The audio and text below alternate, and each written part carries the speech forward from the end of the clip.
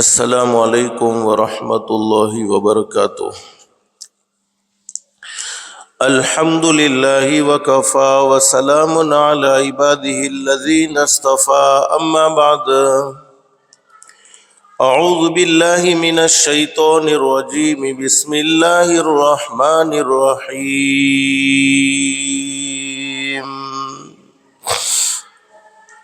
یا ایہا الذین آمنوا اتقوا اللہ ولتنظر نفس ما قدمت لغد واتقوا اللہ ان اللہ خبیر بما تعملون، ولا تكونوا كالذين نسوا الله فأنساهم أنفسهم أولئك هم الفاسقون، لا يستوي أصحاب النار وأصحاب الجنة، أصحاب الجنة هم الفائزون، صدق الله العظيم۔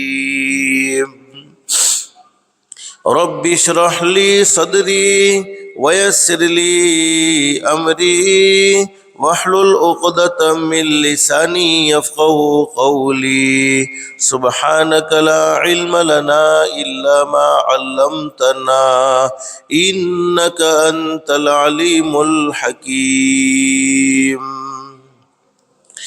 اللهم صل على محمد وعلى آل محمد كما صليت على إبراهيم وعلى آل إبراهيم إنك حميد مجيد۔ اللهم بارك على محمد وعلى آل محمد كما باركت على إبراهيم وعلى آل إبراهيم إنك حميد مجيد۔ محترمہ مائیں اور بہنیں، اللہ کا بہت بڑا احسان اور بہت بڑا کرم ہے کہ اللہ پاک نے دین کی باتیں سننے کے لیے تھوڑی دیر اس مدرسے میں جمع فرمایا۔ دعا کرو اللہ سب کے جمع ہونے کو قبول فرمائے۔ مابین دل میں ایک نیت اور ایک ارادہ کر کے بیٹھو، جتنی بھی باتیں سنیں اللہ سب کو عمل کی بھی توفیق نصیب فرمائے۔ اور میں مختصر بتلانا یہ چاہتا ہوں، ایک وہ دن بھی تھا کہ ہم اپنی زبان سے یہ کہہ رہے تھے رمضان المبارک کا مہینہ آنے والا ہے، پھر وہ دن بھی آیا کہ ہم نے اپنی زبان سے یہ کہا رمضان المبارک کا مہینہ آ گیا۔ آج وہ دن ہے کہ ہم اپنی زبان سے کہہ رہے ہیں رمضان المبارک کا مہینہ رخصت ہونے والا ہے۔ حقیقت یہ ہے کہ یہ رمضان المبارک کا مہینہ ہمیں یہ پیغام دیتا ہے جیسے رمضان المبارک کا مہینہ مکمل ہوا ہے، اسی طریقے سے ایک نہ ایک دن ہماری زندگی بھی مکمل ہو جائے گی، زندگی بھی ختم ہو جائے گی۔ لوگ کہتے ہیں رمضان کا مہینہ مہمان ہے، آیا ہے چلا جائے گا۔ حقیقت یہ ہے کہ رمضان کا مہینہ مہمان نہیں ہے، مہمان تو ہم خود ہیں، اس لیے کہ رمضان المبارک کا مہینہ تو قیامت تک بار بار آتا رہے گا، لیکن آئندہ رمضان میں ہمارے رہنے کی کوئی گارنٹی نہیں ہے۔ عید کو عید اسی لیے کہتے ہیں، عید عربی زبان کا ایک لفظ ہے جس کے معنی بار بار لوٹ کر واپس آنا۔ عید کو عید اسی لیے کہتے ہیں کہ عید تو قیامت تک بار بار لوٹ کر واپس آتی رہے گی، لیکن اس کے منانے والے ہمیشہ نہیں رہیں گے، بلکہ اس کے منانے والے اس دنیا میں آتے جاتے رہیں گے۔ اس لیے علماء نے بڑی زبردست بات بیان فرمائی ہے۔ ایک بات آپ دیکھیں، اندازہ لگائے مابین جن لوگوں نے رمضان کے روزے رکھے، جن لوگوں نے رات کی تراویح پڑھی، ان کے بھی دن گزر گئے، دن ٹھہرے نہیں ہیں، اور جنہوں نے کچھ نہیں کیا ان کے بھی دن گزر گئے۔ دن ٹھہرنے والے نہیں ہوتے ہیں، وہ تو گزرنے ہی والے ہوتے ہیں، لیکن جن لوگوں نے رمضان کے روزے رکھے ہیں، جنہوں نے تراویح کا اہتمام کیا ہے، رمضان المبارک کے مہینے کو وصول کیا ہے، اللہ پاک انہیں عید کی بڑی عجیب و غریب خوشی عطا فرما دیتے ہیں۔ رمضان کا مہینہ جانے پر کوئی ماتم نہیں ہوتا ہے، اگر رمضان کا مہینہ جانا یہ غم ہوتا تو عید کا دن خوشی کا دن نہ ہوتا۔ ہاں، اللہ کا شکر ادا کرتے رہنا چاہیے۔ اللہ تیرے فضل و کرم سے، تیری رحمت سے تو نے ہمیں روزے رکھنے کی توفیق نصیب فرما دی، تو نے ہمیں تراویح پڑھنے کی توفیق نصیب فرما دی، بس تو اپنی بارگاہ میں منظور و مقبول فرما لے۔ اللہ کا ہمیشہ شکریہ ادا کرتا رہنا چاہیے۔ لیکن حقیقت یہ ہے، جن لوگوں نے رمضان المبارک کے مہینے کو وصول کیا ہے ان کو تو اللہ پاک بڑی عجیب و غریب خوشی دیتا ہے۔ ان کی دل کی کیفیت کچھ اور ہی ہوتی ہے جنہوں نے اللہ کو راضی کرنے کا اہتمام کیا ہے۔ علماء نے یہی بات بیان فرمائی ہے کہ اپنی زندگی کو رمضان المبارک کے مہینے کی طرح گزارو۔ کیا مطلب ہے؟ جیسے رمضان کے مہینے میں ہم بہت سی مرتبہ پابندی کے ساتھ زندگی گزارتے ہیں، اللہ کو ناراض کرنے کا اہتمام نہیں کرتے بلکہ ہمیشہ اللہ کو راضی کرنے کا اہتمام کرتے ہیں۔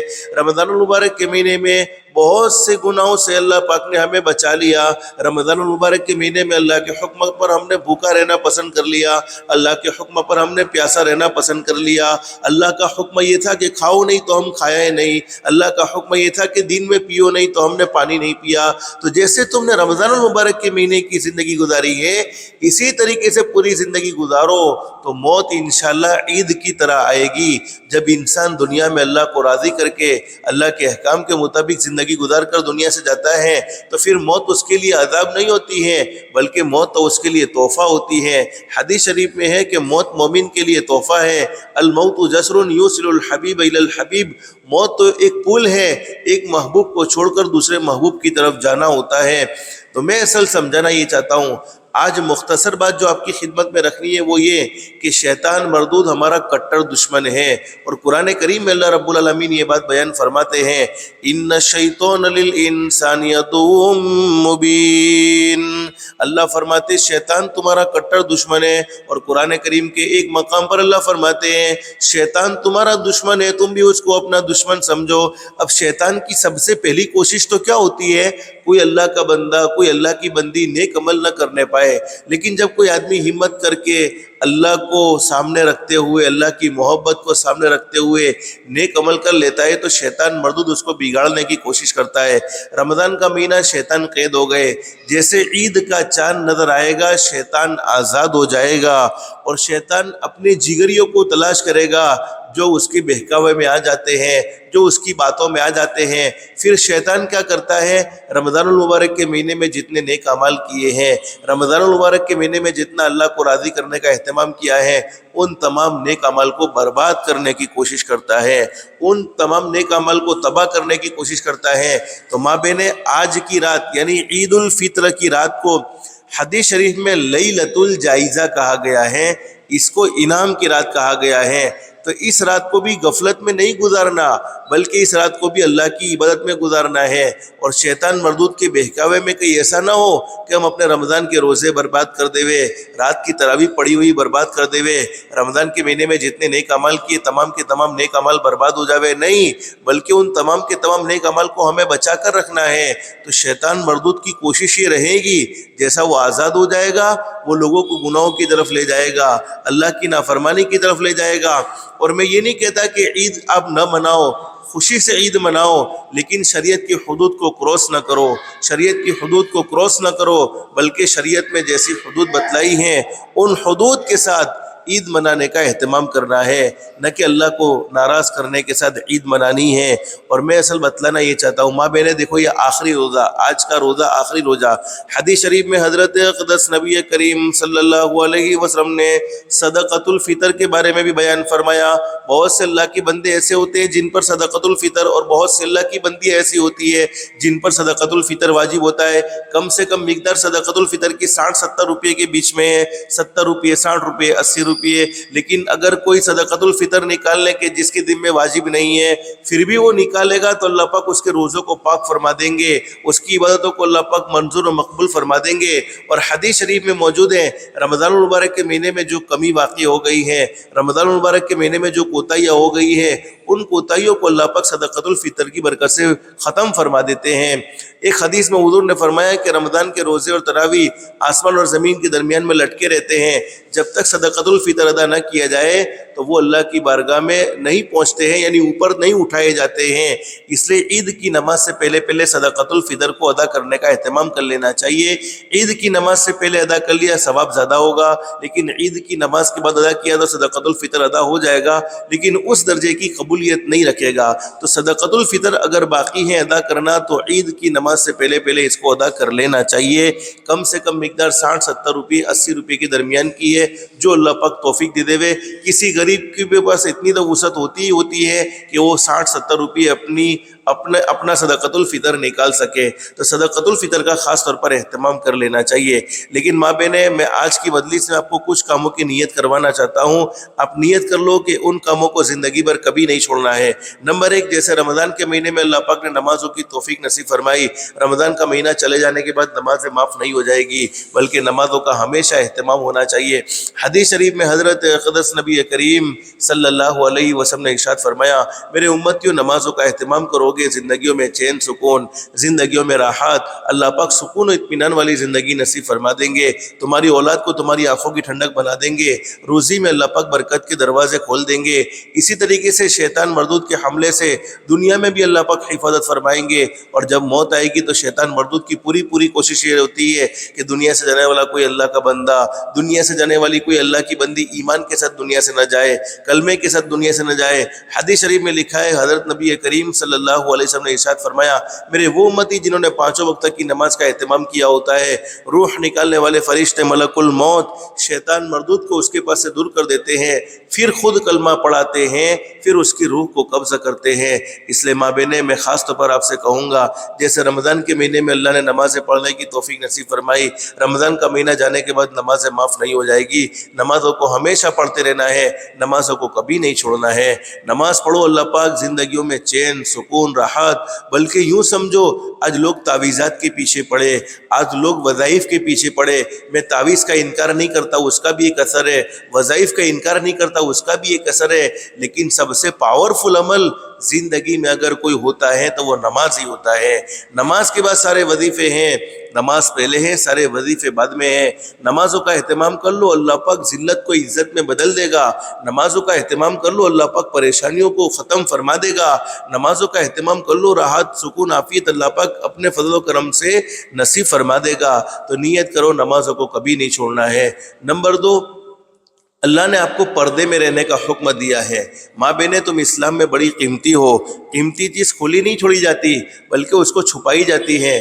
قیمتی چیز کھلی نہیں چھوڑی جاتی، بلکہ اس کو چھپائی جاتی ہے۔ اور قرآن کریم میں اللہ پاک نے یہ حکم دیا ہے، یا ایھا النبی قل لازواجک وبناتک ونساء المؤمنین یدنین علیہن من جلابیبہن۔ اللہ فرماتے ہیں، میرے محبوب حضرت محمد الرسول اللہ صلی اللہ علیہ وسلم، اپنی بیویوں سے بھی یہ کہہ دو، اپنی بیٹیوں سے بھی یہ کہہ دو، اور تمام مومنات عورتوں سے یہ کہہ دو کہ پردے میں رہنے کا اہتمام کرے۔ اس لیے ماں بہنیں، تم پردے میں رہو گی، تمہارے نیکی کے اثرات تمہاری بیٹیوں میں منتقل ہوں گے، تم نیک ہوں گی تو تمہاری بیٹیاں بھی نیک ہوگی۔ اس لیے ہمیشہ اپنے آپ کو پردے میں رکھنے کا اہتمام کرو۔ عید الفطر کا ایک اچھا موقع آنے والا ہے، تو کہیں ایسا نہ ہو کہ گھومنے پھرنے میں، گھومنا پھرنا ناجائز نہیں ہے، جائز ہے، لیکن حدود کو کراس نہیں کرنا ہے، بلکہ شریعت کی حدود کو سامنے رکھنا ہے۔ شریعت کی حدود کے ساتھ، شریعت کی رہبری کے ساتھ گھومنا پھرنا ہو تو کوئی منع نہیں ہے، لیکن بے پردگی نہیں ہونی چاہیے۔ یہ بے پردگی بہت بڑا گناہ ہے۔ حدیث شریف میں حضرت اقدس نبی کریم صلی اللہ علیہ وسلم نے بڑی اہمیت کے ساتھ پردے کا اہتمام کو کہا ہے، اور امت کی عورتوں کو پردہ کرنے کا حکم دیا ہے۔ اور حضور نے صلی اللہ علیہ وسلم قرآن کریم کے ایک مقام پر اللہ فرماتے، وَقَرْنَ فِي بُيُوتِكُنَّ وَلَا تَبَرَّجْنَ تَبَرُّجَ الْجَاهِلِيَّةِ۔ عورتوں کو تو یہاں تک کہا گیا کہ بغیر ضرورت کے اپنے گھر سے باہر نہ نکلے، لیکن جب گھر سے باہر نکلنے کی ضرورت پیش آئے ماں بہنیں، تو حضرت اقدس نبی کریم صلی اللہ علیہ وسلم کی بتلائی ہوئی ایک چھوٹی سی دعا پڑھ لے، بسم اللہ توکلت علی اللہ لا حول ولا قوت الا باللہ۔ جب کوئی بھی اللہ کا بندہ یا جب کوئی بھی اللہ کی بندی اپنے گھر سے نکلتے ہوئے یہ دعا پڑھ لے، اللہ پاک اس کے ساتھ ایک فرشتے کو لگا دیتے ہیں، اور وہ فرشتہ خوشخبری سناتا ہے، اللہ پاک نے تیری بھی حفاظت کی ذمہ داری لے لی، تیرے گھر والوں کی بھی حفاظت کی ذمہ داری لے لی، تیرے مال کی بھی حفاظت کی ذمہ داری لے لی، اور شیطان مردود کو تیرے پاس سے دور کر دیا۔ بہت زبردست دعا ہے، خود بھی یاد کرو، اپنے بچوں کو بھی اس دعا کا پڑھنے کا اہتمام کرواؤ. بچوں کو یاد ہوتی ہے لیکن جب بھی بچے گھر سے نکلے، آپ گھر سے نکلے، اس دعا کو کبھی نہ چھوڑو تاکہ اللہ کی حفاظت میں رہو، اللہ کی سلامتی میں رہو، اللہ کے حفظ و امان میں رہو. تو ماں بہنیں میں اصل کہنا یہ چاہتا ہوں، پہلا کام نماز کو کبھی نہیں چھوڑنا. نیت کرو رمضان کے بعد نماز سے کبھی نہ چھوٹے. اور نمبر 2، اپنے آپ کو پردے میں رکھنے کا اہتمام کرو. اور نمبر 3، اپنی ذات سے کسی کو دکھ مت پہنچاؤ، کسی کو تکلیف مت پہنچاؤ. کسی کے ساتھ اچھا سلوک نہیں کر سکتے ہو نہ کرو، اس کے ساتھ برا سلوک بھی نہ کرو. کسی کو فائدہ نہیں پہنچا سکتے ہو نہ پہنچاؤ، اسے نقصان بھی نہ پہنچاؤ. کما تدین تو دان، جیسا کرو گے ویسا بھرو گے، جیسی کرنی ویسی بھرنی. نہ مانو تو کر کے دیکھو، جنت بھی ہے دوزخ بھی ہے، نہ مانو تو مر کے دیکھو. بھلے عمل کا بھلا نتیجہ، برے عمل کا برا نتیجہ. جن لوگوں نے برا کیا ہے چل کر ان کا گھر دیکھو. کسی کو ستانے والے، کسی کے دل کے ٹکڑے ٹکڑے کرنے والے کبھی بھی سکون و اطمینان سے نہیں سو سکتے ہیں، بلکہ اللہ پاک ان کی زندگیوں سے چین سکون چھین لیتا ہے. ہاں، جسے ستایا ہے، جسے تکلیف پہنچائی ہے، جسے دکھ پہنچایا ہے، اسے تو کبھی نہ کبھی راحت مل جاتی ہے، لیکن ستانے والوں کو کبھی راحت ملتی نہیں ہے. اور حدیث شریف میں فرمایا نبی کریم صلی اللہ علیہ وسلم نے، اللہ رب العالمین بڑے کریم ہے، بڑے رحیم ہے. پوری زندگی گناہوں میں گزر جائے، پوری زندگی نافرمانیوں میں گزر جائے، لیکن صرف ایک مرتبہ سچے دل سے کہہ دیا جائے استغفر اللہ. ماں بہنیں دل میں کہہ دو استغفر اللہ، جس کے معنی یہ ہے کہ اللہ میں تجھ سے معافی مانگتا ہوں. مرد ہے، عورت ہے، اللہ میں تجھ سے معافی مانگتی ہوں. اللہ رب العالمین فرماتے، او میرے بندے، او میری بندی، تو نے مجھ سے معافی مانگی ہے، میری عزت کی قسم میں نے تیری زندگی بھر کے سارے گناہوں کو معاف کر دیا ہے. کبھی کبھی دنیا والوں سے معافی مانگتے تو تانا بھی دیتے ہیں. کیا تانا دیتے ہیں؟ تمہیں معاف کرنے جیسا تھا تو نہیں، لیکن تم حج میں جا رہے ہو اس لیے تمہیں معاف کر رہے ہیں، عمرہ میں جا رہے ہو اس لیے تمہیں معاف کر رہے ہیں. لیکن پیدا کرنے والا اللہ کیا کہتا ہے؟ او میری بندی، او میرے بندے، تو نے مجھ سے معافی مانگی ہے، میری عزت کی قسم میں نے تجھے ایسا معاف کر دیا ہے. التائب من الذنب کمن لا ذنب له، جیسا کہ تو نے گناہ کیا ہی نہیں تھا، جیسا کہ تو نے اللہ کی نافرمانی کی ہی نہیں تھی، بلکہ گناہ لکھنے والے فرشتے کو بھی وہ گناہ بھلا دیا جاتا ہے. زمین کے جس ٹکڑے پر وہ گناہ ہوا، زمین کا وہ ٹکڑا بھی حدیث شریف میں فرمایا نبی کریم صلی اللہ علیہ وسلم نے، اور قرآن کریم میں بھی اللہ پاک نے یہ مضمون بیان فرمایا ہے. ہمارے ساتھ فرشتے لگے ہوئے ہیں، نیکی لکھنے والے فرشتے بھی ہیں، گناہ لکھنے والے فرشتے بھی ہیں. تو گناہ لکھنے والے فرشتے کو بھی وہ گناہ بھلا دیا جاتا ہے. کراما کاتبین یعلمون ما تفعلون. اور قرآن کریم میں موجود ہے، ہم زمین کے جس ٹکڑے پر نیکی کرتے ہیں یا زمین کے جس ٹکڑے پر ہم گناہ کرتے ہیں، زمین ہماری نیکی کو بھی ریکارڈ کرتی ہے، زمین ہمارے گناہ کو بھی ریکارڈ کرتی ہے. یومئذ تحدث اخبارها بان ربک اوحی لها. کل زمین اللہ کے سامنے بول بول کر گواہی دے گی. نیکی کی ہوگی تو نیکی کی گواہی دے گی، گناہ کیے ہوں گے تو گناہوں کی گواہی دے گی. حدیث شریف میں حضور اقدس صلی اللہ علیہ وسلم نے بڑی زبردست بات بیان فرمائی ہے، اپنے آپ کو گناہوں سے بچاؤ، اللہ کی نافرمانی سے بچاؤ. قرآن کریم میں موجود ہے، کل زمین گناہوں کے بارے میں بولے گی کہ اللہ تیری پشت پر، اللہ پاک یہ میری پشت پر، اللہ رب العالمین یہ زمین کہے گی کہ میری پشت پر فلانا بندہ نیکی کرتا تھا، فلانی بندی نیکی کرتی تھی، فلانا بندہ گناہ کرتا تھا، فلانی بندی گناہ کرتی تھی. لیکن حضور صلی اللہ علیہ وسلم نے بڑی زبردست بات بیان فرمائی، جب ایک مرتبہ سچے دل سے کہہ دیتے استغفر اللہ، زمین جو ہمارے گناہ کو بھی ریکارڈ کرتی ہے، نیکی کو بھی ریکارڈ کرتی ہے، زمین بھی وہ گناہ بھول جاتی ہے. لیکن 2 گناہ ایسے ہیں جن کی سزا مرنے کے بعد تو ملتی ہی ملتی ہے، مرنے سے پہلے دنیا میں بھی ضرور مل جاتی ہے. نمبر 1، جس نے اپنے ماں باپ کے دل کے ٹکڑے ٹکڑے کیے ہو. اور ماں بہنیں، میں نے آپ کو پہلے بھی بتایا ہوگا، ماں باپ اللہ کی بہت بڑی نعمت ہے. رمضان المبارک کا پیارا مہینہ ہے، آپ دل میں نیت کر لو، میں اپنی بہنوں سے، بیٹیوں سے کہوں گا، ماں کا دل کبھی ناراض نہ ہو، باپ کا دل کبھی ناراض نہ ہو. ماں باپ بہت بڑی اللہ کی نعمت ہے، ہر نعمت کا بدل موجود ہے، ہر نعمت کا بدل موجود ہے. شوہر کا بدل دوسرا شوہر، بیٹے کا بدل دوسرا بیٹا، بیٹی کا بدل دوسری بیٹی. لیکن ماں باپ ایک ایسی نعمت ہے جن کا کوئی بدل نہیں ہے، جن کی کوئی جگہ لے ہی نہیں سکتا ہے. اور حدیث شریف میں فرمایا نبی کریم صلی اللہ علیہ وسلم نے، میرے امتیوں، اگر تم چاہتے ہو کہ اللہ پاک تمہاری عمر کو عافیت کے ساتھ بڑھا دے، تمہارے رزق کو بڑھا دے، اور جب تمہاری موت آئے تو ایمان والی، کلمے والی، عزت والی، عافیت والی، سلامتی والی، اللہ کی رضا والی موت اللہ پاک تمہیں نصیب فرمائے، تو اپنے ماں باپ کے کے ساتھ اچھا سلوک کرو، اپنے ماں باپ کا دل ناراض نہ کرو، ماں باپ ناراض ہے تو اللہ ناراض ہے، ماں باپ راضی ہے تو اللہ راضی ہے، اس لیے کبھی بھی اپنے ماں باپ کو دکھی نہ کرو۔ اور بڑی بڑی راتیں، بڑی بڑی مغفرت کی راتوں میں بھی ماں باپ کی نافرمان کی مغفرت نہیں ہوتی ہے، اس لیے ہمیشہ اپنے ماں باپ کو راحت پہنچاؤ۔ اور نمبر 2، جس نے کسی پر ظلم کیا، زیادتی کی، ظالم کو اللہ پاک ڈھیل ضرور دیتے ہیں لیکن ظالم کو پکڑتے ضرور ہیں، اور جب ظالم کو اللہ پاک پکڑتے ہیں تو دنیا کا کوئی تعویذ والا باپو اللہ کی پکڑ سے کسی ظالم کو نہیں چھڑا سکتا ہے۔ اس لیے کبھی بھی کسی پر ظلم نہیں، سامنے والا کمزور ہے، پیدا کرنے والا اللہ کمزور نہیں ہے۔ جب مظلوم جس پر ظلم کیا جاتا ہے، جس پر زیادتی کی جاتی ہے، جب مظلوم اللہ کو پکارتا ہے تو اس وقت اس کے اور اللہ کے درمیان میں کوئی پردہ نہیں رہتا ہے۔ تو ماں بہنیں دیکھو، اللہ پاک نے ہمیں یہ مبارک دین عطا فرمائے تھے، اب کچھ ہی گھنٹے باقی رہ گئے ہیں، رمضان کا مہینہ ہمارے ہاتھوں سے چلا جائے گا، معلوم نہیں آئندہ رمضان کا مہینہ ہمیں نصیب ہونے والا ہے یا نہیں ہونے والا۔ ہمارے آقا تاجدار مدینہ محمد الرسول اللہ صلی اللہ علیہ وسلم، جن کے صدقے میں اللہ نے پوری کائنات کو بنایا، جن کے صدقے میں اللہ نے پوری کائنات کو بنایا، حضرت اقدس نبی کریم صلی اللہ علیہ وسلم، جب رمضان کا مہینہ رخصت ہونے والا ہوتا، ہمارے نبی سے بڑھ کر رمضان کی قدر کرنے والا کون ہو سکتا ہے؟ حضرت اقدس نبی کریم صلی اللہ علیہ وسلم سے بڑھ کر رمضان المبارک کے مہینے کو وصول کرنے والا کون ہو سکتا ہے؟ پھر بھی حضور صلی اللہ علیہ وسلم اللہ سے دعا مانگا کرتے تھے، الہ العالمین، یہ رمضان کا مہینہ میرا آخری رمضان نہ ہو، بلکہ آئندہ مجھے پھر موقع عطا فرما دینا کہ رمضان کے روزے آئندہ پھر رکھو، آئندہ پھر تراویح پڑھو۔ لیکن ہمارے نبی دعا مانگتے، اللہ اگر تو نے یہ فیصلہ کر دیا ہے کہ یہ رمضان کا مہینہ میرا آخری رمضان ہے، آئندہ اب رمضان مجھے دیکھنا نصیب نہیں ہوگا، آئندہ اب رمضان میں نہیں رہوں گا، تو اے اللہ تو اپنے فضل و کرم سے مجھے ان لوگوں میں شامل فرما دینا جن پر تو نے رحم کر لیا، نہ کہ ان لوگوں میں شامل فرما دینا جو تیری رحمت سے محروم ہو گئے۔ یعنی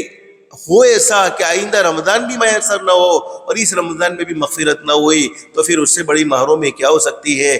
اس لیے ماں بہن، یہ مبارک دین چلے گئے، اب سمجھو کچھ ہی گھنٹے باقی رہ گئے، لیکن آج میں آپ کو کہتا ہوں اللہ بہت کریم ہے، اللہ بہت رحیم ہے، اللہ بڑے زبردست معاف کرنے والے ہیں۔ شروع میں رمضان میں نے آپ کو بتلایا تھا کہ 313 مرتبہ ربی اغفر وارحم وانت خیر الراحمین، اس دعا کو مانگنے کا اہتمام کرو، اللہ پاک معافی بھی عطا فرما دے گا، اللہ پاک رحم بھی کر دے گا، اور اللہ پاک زندگیوں میں چین سکون نصیب فرما دے گا۔ لیکن ابھی کچھ گھنٹے باقی ہیں، ان کچھ گھنٹوں میں اللہ سے یہ مانگ لو، ربی اغفر وارحم، اے اللہ میں بہت کمزور ہوں، اور اے اللہ جیسا رمضان کا حق ادا کرنا چاہیے تھا ویسا نہیں ہو سکا ہے، اے اللہ تو بڑا معاف کرنے والا ہے، اے اللہ تو مجھے معاف فرما دے، ورحم، اور مجھ پر رحم فرما دے، وانت خیر الراحمین، تجھ سے بڑھ کر رحم کرنے والا کوئی نہیں ہے، تجھ سے بڑھ کر رحم کرنے والا کوئی نہیں ہے۔ اللہ سے یہ مانگتے رہو، آج کے دن میں جتنا موقع ملے پڑھتے رہو، رب اغفر وارحم وانت خیر الراحمین۔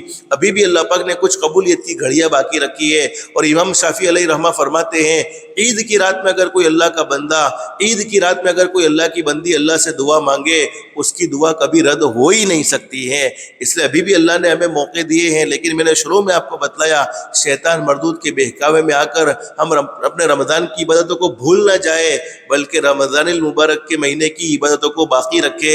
شیطان مردود کے بہکاوے میں آ کر کہیں ایسا نہ ہو کہ ہم نے رمضان المبارک کے مہینے میں جتنی نیکی کی ہے تمام کی تمام نیکیوں پر پانی پھر جاوے۔ اس لیے ماں بہنیں خاص طور پر اس کا اہتمام کرو، نیت کر کے جاؤ کہ نماز کو کبھی نہیں چھوڑنا ہے، نیت کر کے جاؤ کہ اپنی ذات کو پردے میں رکھنا ہے، نیت کر کے جاؤ کہ انشاءاللہ اللہ نے اگر چاہا، اللہ ہمیں توفیق دے دے، ہماری ذات سے کوئی دکھی نہیں، بلکہ ہمیشہ ہم لوگوں کو راحت پہنچانے والے بنے، ہمیشہ ہم لوگوں کو فائدہ پہنچانے والے بنے، ہماری ذات سے کسی کو دکھ نہ پہنچے، کسی کو تکلیف نہ پہنچے، ہماری ذات سے کوئی پریشان نہ ہو، ہمارا نام لے کر کوئی اللہ کے سامنے رو نہ دے کہ اللہ فلانے ظالم سے میں پریشان ہو چکا ہوں، فلانی ظالمہ سے میں پریشان ہو چکی ہوں۔ ایسا نہیں ہونا چاہیے۔ اور یہ خوبصورت ماحول کب تیار ہوتا ہے، یہ خوبصورت ماحول کب بنتا ہے؟ تو رمضان المبارک کے مہینے میں بہت سے اللہ کی بندیوں نے اللہ سے مانگنے کا اہتمام کیا، دیا. روزانہ اللہ سے مانگنے کا اہتمام کرو. گھر میں تھوڑی دیر تعلیم کو زندہ کرو.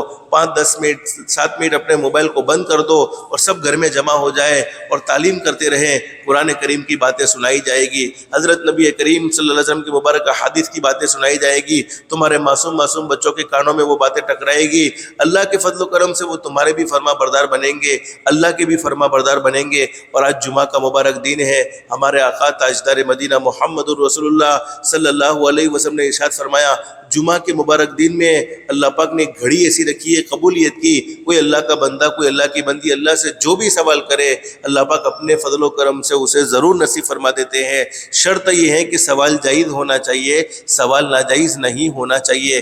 حدیث شریف میں حضور صلی اللہ علیہ وسلم نے فرمایا, جمعہ کے مبارک دن کی صرف 2 رکعت نماز باقی دنوں کی 1000 رکعت نماز سے افضل ہیں. جمعہ کے مبارک دن میں صرف 1 تسبیح کا پڑھنا باقی دنوں میں 1000 تسبیحات پڑھنے سے افضل ہیں. جمعہ کے مبارک دن میں صرف 1 روپیہ اللہ کی راہ میں خرچ کرنا باقی دنوں میں 1000 روپیہ اللہ کی راہ میں خرچ کرنے سے افضل ہیں. جمعہ کے مبارک دن میں جتنا ہو سکے حضرت اقدس نبی کریم صلی اللہ علیہ وسلم کی ذات گرامی پر زیادہ سے زیادہ درود شریف پڑھنے کا اہتمام کرے. حضور صلی اللہ علیہ وسلم کی محبت کو دل میں بڑھانے کے لیے, حضور سے بہت زیادہ قریب ہونے کے لیے. اور ہمارے نبی صلی اللہ علیہ وسلم نے ارشاد فرمایا, میرا کوئی امتی قیامت میں مجھ سے بہت زیادہ قریب ہونا چاہتا ہے تو اسے چاہیے کہ وہ میری ذات پر بہت زیادہ درود شریف پڑھے. تو بہتر درود شریف تو وہی ہے جس کو ہم نماز میں پڑھتے ہیں, لیکن اتنا وقت نہیں ہے تو کم سے کم صلی اللہ علیہ وسلم یا اللہم صلی علی محمد, اللہم صلی علی محمد, اللہم صلی علی محمد. درود شریف کے فائدے تو بے شمار ہیں, لیکن سب سے بڑا فائدہ فتنے کے دور میں, فساد کے دور میں اللہ پاک ہمارے ایمان کو بچا لے گا. اللہ پاک ہمیں ایمان پر قائم دائم رکھے گا, گمراہ ہونے سے ہمیں بچا لے گا, اور اللہ پاک ہمیں ہدایت پر قائم اور دائم رکھے گا. اور جب موت آئے گی ایمان والی, کلمے والی, عزت والی, عافیت والی, سلامتی والی, اللہ کی رضا والی موت اللہ پاک ہم سب کو نصیب فرمائے گا. بس میرے مختصر سا وقت ہے, رمضان المبارک کا مبارک مہینہ ہے, جمعہ کا بہت پیارا دن ہے. ابھی جمعہ کی نماز کی تیاری بھی شروع ہو جائے گی. جتنی ماں بہنیں آئی ہیں تشریف رکھتی ہیں, بس اللہ پاک سب کے بیٹھنے سننے کو قبول فرمائے. جو کہا گیا سنا گیا دل سے دعا کر لو, اللہ اس پر سب کو عمل کی بھی توفیق نصیب فرمائے.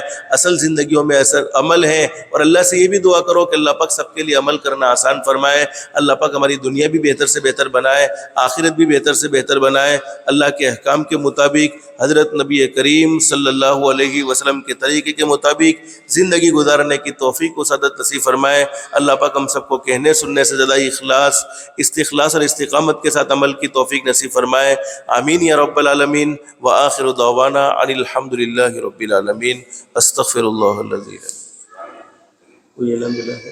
اعلان کرنا میں تو درج ہوگا, وہ 4:30 کو آگا. جس طرح سے رمضان مبارک میں آپ آئی ہیں اسی طرح درج ہوگا 4:30 سے. جیسے مابین رمضان کے مہینے میں 11 بجے سے لے کر 12 بجے تک کا ٹائم فکس کیا ہوا تھا. اب رمضان المبارک کا مہینہ رخصت ہو جائے گا, تو رمضان المبارک کے مہینے کے رخصت ہونے کے بعد بھی انشاءاللہ بیان اور تعلیم کا سلسلہ جاری رہے گا. تو وہ بیان اور تعلیم کا سلسلہ یہ رہے گا کہ 4:30 بجے آپ مدرسے میں آئے, تشریف لائے. کبھی بیان بھی ہوگا, کبھی تعلیم بھی ہوگی. 4:30 بجے سے لے کر عصر تک انشاءاللہ یہ سلسلہ چلتا رہے گا. بس اللہ سے دل سے دعا کر لو, اللہ ہم سب کو دین پر قائم و دائم رکھے اور ہمیشہ دین پر چلنے والا بنائے, اور ہمیشہ دین کی محنت کو لے کر اللہ پاک ہمیں قبول فرمائے.